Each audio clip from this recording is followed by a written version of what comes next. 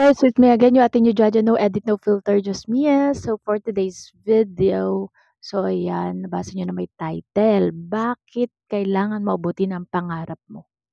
So, ayan, kung bago ka pa lang sa akin channel, so this vlog is about mga pursuing your dreams, goals in life, and then this is my experiences. Gusto ko lang kayo ma-influence na abutin ang mga pangarap nyo. So, ayun. Kung bago ka pa lang dito, don't forget to subscribe. Bakit nga ba kailangan mo abutin ang mga pangarap mo? So, anong dahilan? Ano bang purpose mo dito sa mundo? So, you only live once, guys. Okay? So, anong gusto mong gawin sa buhay mo? Tanungin mo yung sarili mo. Ano nakikita mo sa bahay nyo? Mahirap ba kayo? Mayaman ba kayo? Katamtaman? Or tanong mo sa sarili mo, gusto mo bang mag-grow? May pangarap ka ba sa life? Kung bata ka pa or matanda ka na ngayon, tanong mo yung sarili mo, bakit kailangan mo bang abutin yung pangarap mo? Kasi para sa akin, bata ka man ngayon o matanda, lahat naman tayo gusto natin umangat sa life.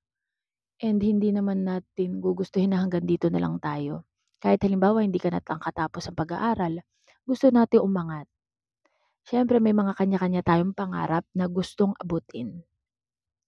So, bakit nga ba? Kailangan abutin ang pangarap mo. Para sa akin, um, para sa akin, bakit nga ba napaisip din ako?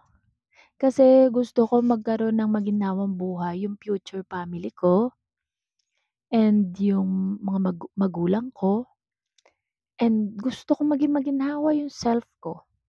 Parang self-growth na rin yon and give ko sa sarili ko na lagi ko iniisip at sinasabi natin is impossible with God.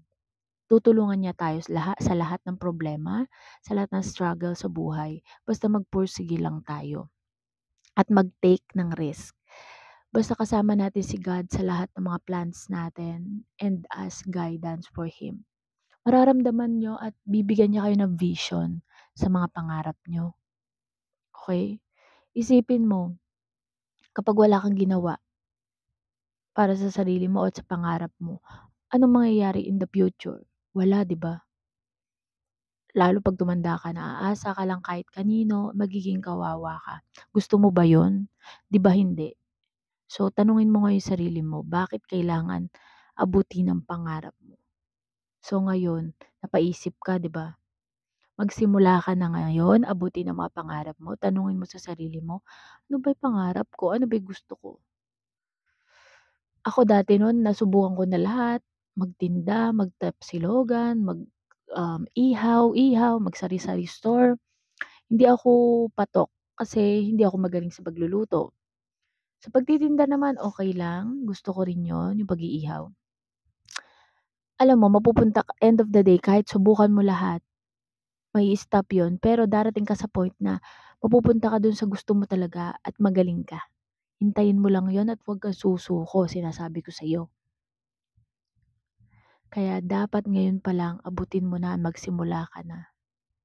Para soon, you'll become successful. Masasabi mo sa sarili mo and sa little you, sa little mini-me mo na, I did my best for you. Salamat. You become a better version of yourself. Okay? So, I hope na-inspire kayo. Share mo to kung sino gusto mo makarinig nito. Okay? Don't forget to like, share, and subscribe to my channel and click the notification bell for more upcoming videos. Bye! See you in my next vlog.